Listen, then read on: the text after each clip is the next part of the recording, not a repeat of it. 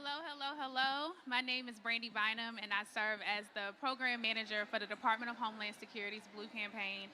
For those of you who don't know who we are a national public awareness campaign designed to combat human trafficking nationwide. And I just want to thank you to Essence and everybody here because this is an important topic. When we teach and train on human trafficking, we call it the crime in plain sight because it is happening right in front of us. It is an honor to be here with Shamere McKenzie, who is the training manager for Polaris. Polaris is a non-governmental organization that operates the National Human Trafficking Hotline. She is also an anti-human trafficking ambassador to Jamaica.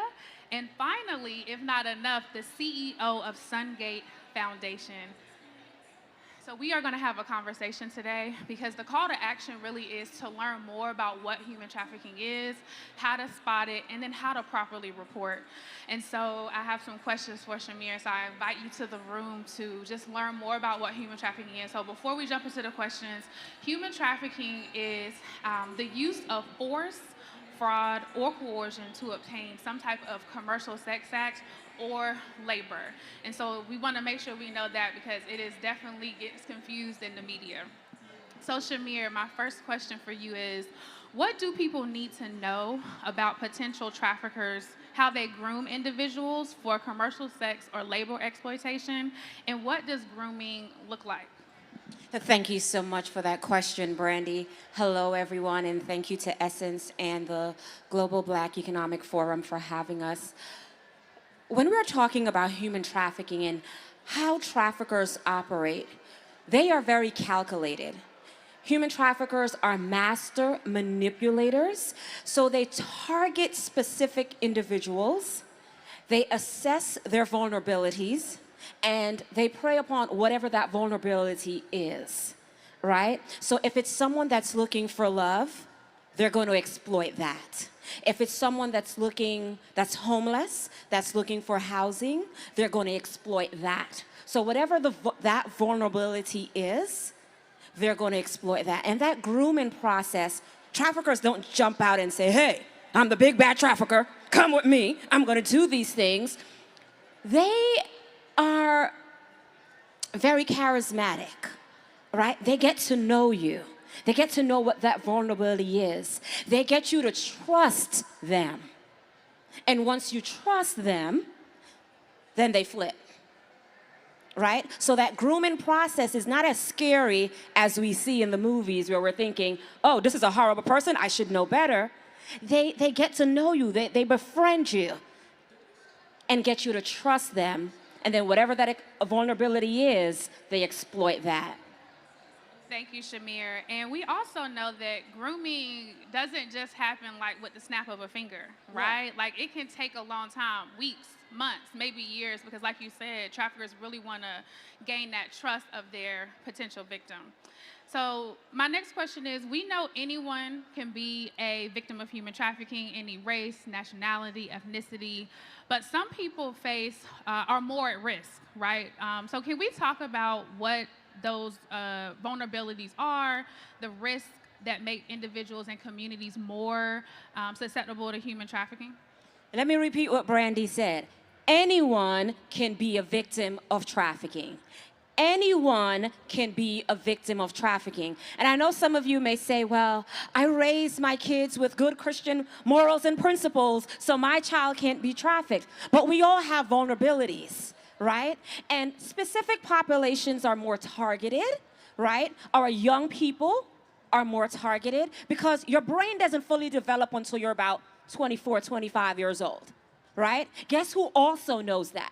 Traffickers.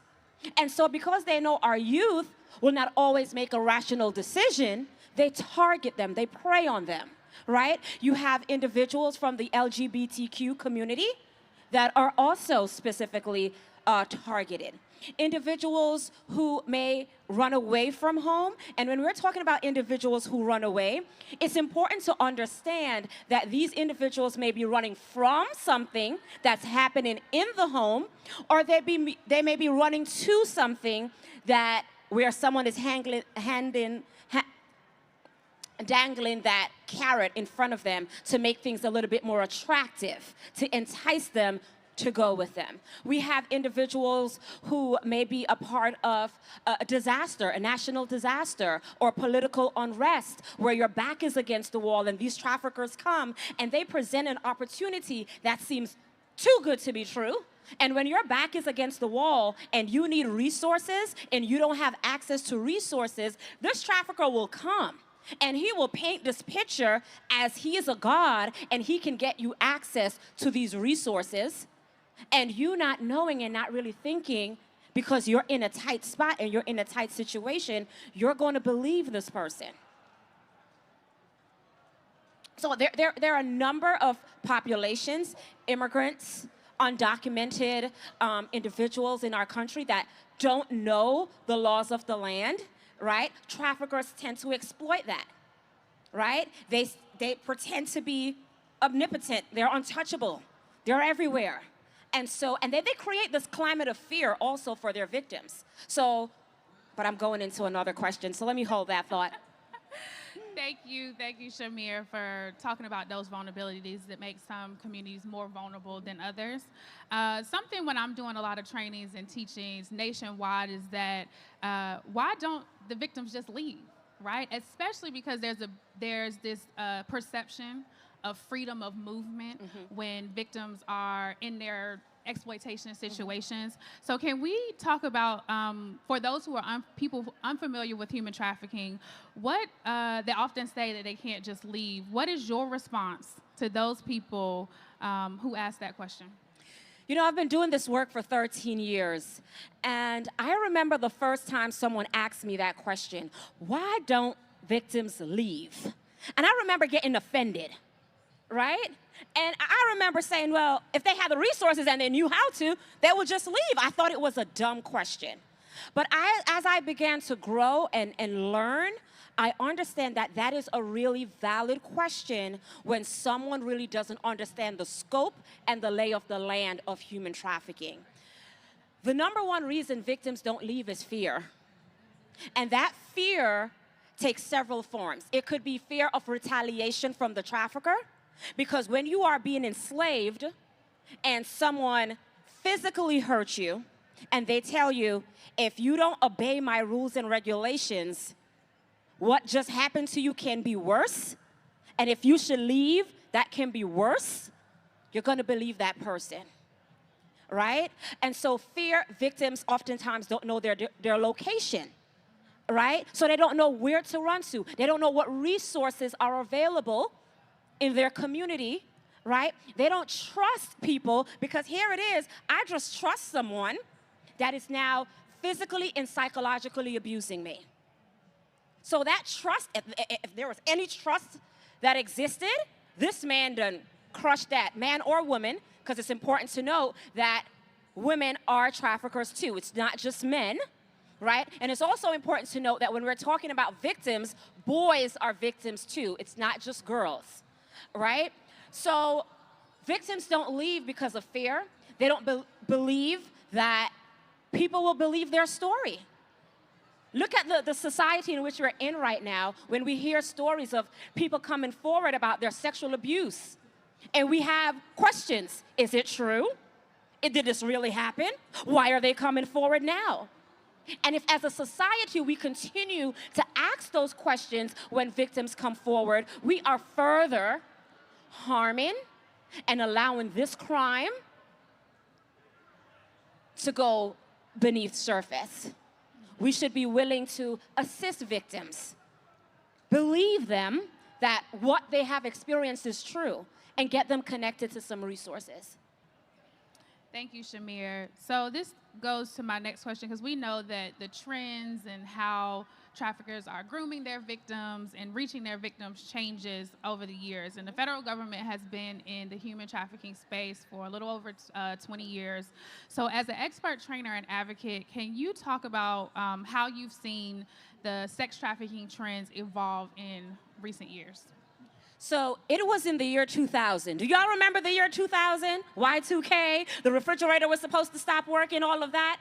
That was the year that the United States recognized that human trafficking was a problem on US soil. And they implemented the TVPA, the Trafficking Victims Protection Act, to address, define what human trafficking looks like in the United States. Now, many may think that this is a new crime. Human trafficking is not new, right? It is an old crime. And over the years, so we're talking about the year 2000 that we recognize, there has been a lot of education and training around trafficking. So we have seen where there used to be a lot of commercial sex, and commercial sex is simply having sex in exchange for something of value. Right? So when we say commercial sex, that's what we're talking about. Having sex in exchange for something of value. That thing of value is not always money, right? It's anything of value, okay? And so we saw where commercial sex, there used to be a lot of commercial sex on the street, right? You may have seen it in your neighborhoods, on your way to work, on your way to school. And traffickers have gotten creative, because law enforcement was getting trained to go out and identify and respond to commercial sex on the street. So then they switched to going online, right? Where there are posting ads online of individuals, and there is buyers. There are individuals who they want to purchase. Right? And so we see that trend that happened. We also saw a trend where, in the beginning, while this continues to happen, I must say that we're doing a better job of addressing this, where children used to be arrested for engaging in commercial sex. We now see a lot of states have begun to stop arresting children. We still do see adults getting arrested, right? Because human trafficking is complex. And oftentimes, you may sit back and say, why they're getting arrested when they're being enslaved? But you have to understand the perspective of law enforcement.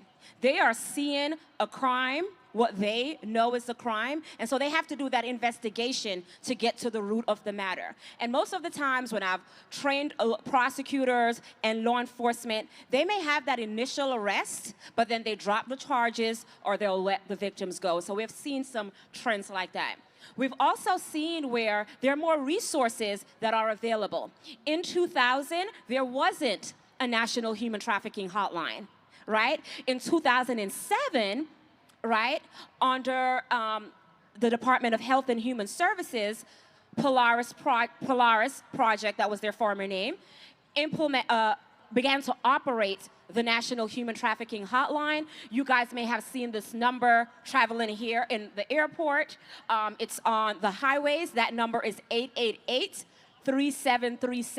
888. It's a national hotline where victims can call and get access to resources, or they can report their situation. So those are some of the things that we've seen changed over the years. And we could go on and on and on about the trends, but those are just some of the ones that I want you guys to understand, that there are more resources. We still need more resources. But those are just some of the ones that we've seen over the years. Thank you, Shamere. We have a lot of people in the audience and a lot of people watching us online. How can communities support and empower survivors of human trafficking? And the second part of my question is, what obstacles can inhibit survivor healing in communities? I said this before, and I'm going to say it again. When a victim or a survivor comes forward, believe them. Oftentimes, as human beings, we're curious. What happened? Right? We want to know the story. But with you knowing the story, does that really make a difference? Because you know the story and this person is still hurting. So instead of asking, what happened to you? How about we ask, how can I help you? How can I get you connected to resources? Right? Many of you are born with many skills, gifts, and talents. So I hear people say all the time, I don't know what to do. I don't know how to help. I don't have any money. It takes more than money to respond to victims of trafficking. You're a great writer. Hey, help the survivor create a bio if that's what they want to do, right? You're a person maybe on your job. You're the communications director. I'm here speaking to you this morning. There are people that help me get to this place of, hey, Shamere, when you speak, you should talk more about these things. Don't talk, right? You can help. You can even help with resume, helping them develop their resumes, right? Those are simple skills, gifts, and talents. Mentor victims and survivors, right? They're often victims and survivors. When they come out of being trafficked, they're dealing with shame and guilt. And you, as someone who's coming alongside them, being a mentor to say, listen, you may have had this awful situation, but you can go on to be something better than this. That support, that encouragement goes a long way. And the only reason why I am able to sit with you this morning on this stage, Brandi, is because of the support that I got when I left my trafficking situation, right? And it's not just support from one person. There are so many different people that helped me along this journey why I can be with you this morning. So that support, instead of like pointing fingers and saying, oh, you were this or you were that, let me help you get to that next level. Let me help you move from victim to survivor to leader or whatever it is that this person wants to be. All right? Let's do that.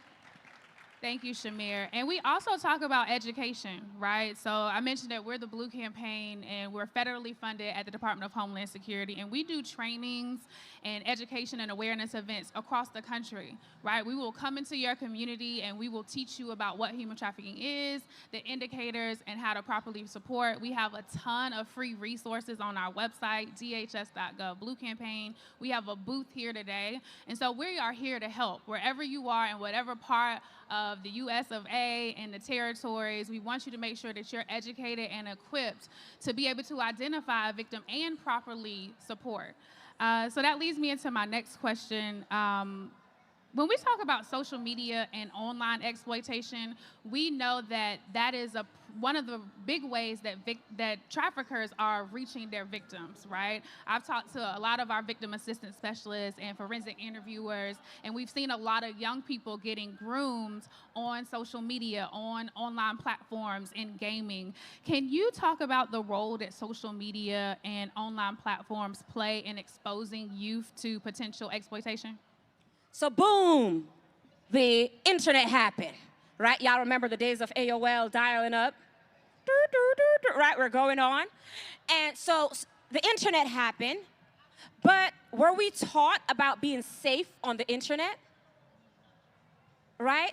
Do you remember back in the days of AOL, they had chat rooms and you went in the chat rooms and they said ASL. Y'all remember what ASL stands for? Age, sex, location.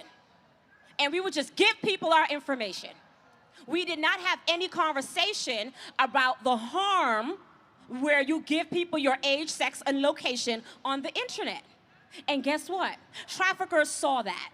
And traffickers began to capitalize on that. And so even though AOL isn't as prominent, we still have over social media. And when we talk about social media, guys, we know about 5 of the basic ones, right? Facebook. Our young people are not on Facebook. Right? Facebook is in the age of dinosaurs, right? We have Instagram. They're not even on Instagram anymore, right? We have TikTok. And there's so many other social media platforms that our young people are on that adults aren't even aware of. And guess who also are on those social media platforms? Traffickers, looking for the right time. We need to teach not only our young people, but ourselves about how we stay safe online, right? A lot of us, we're here even today. We're here at Essence, and we want our friends to know we're at effing selfie, bloop, right? But do we know how many people? Do we know our followers on social media? Do we know all of our followers? Do we know if they have good intentions for us? Because you just posted that you're here, and you may have someone who wants to harm you. They're like, oh, they're at Essence, let me go find them at Essence, right? I hate back to school because during back to school, I see people posting their children Like they're going back to school, they're at this place online. Now the trafficker knows where your kids go to school. So we need to teach our kids about being safe online, and we need to teach our kids about not putting out certain information online, right? Keeping things private. Thank you, Shamere. Listen, y'all, we are at time, but I do want to leave you with this. We have a ton of free resources on our website. Please visit. We even ship some of them out for free. For all of my parents or adults that work with kids, about a year and a half ago, we worked on a toolkit called How to Talk to Youth About Human Trafficking. It is on our website right now. Please download it. It will equip you to have that conversation with your children. Again, thank you, Shamere. Thank you to Essence. And come see us at our booth. Thank you. Thank you.